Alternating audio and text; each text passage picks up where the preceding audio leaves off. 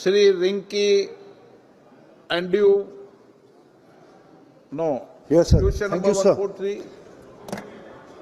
Honorable Speaker, through you, sir, I would like to draw the attention of this August House and also the concerned minister regarding the case of about 4,000 metric tons of coal which went missing from two depots that falls under my constituency. I want to know if the minister is aware of this particular 4,000 metric ton of coal which went missing, and sadly, one of the minister from the state government says that it is because of the rain that has been the reason for this missing coal. This is very serious, sir, and I request the minister to look into this matter. Thank you, sir.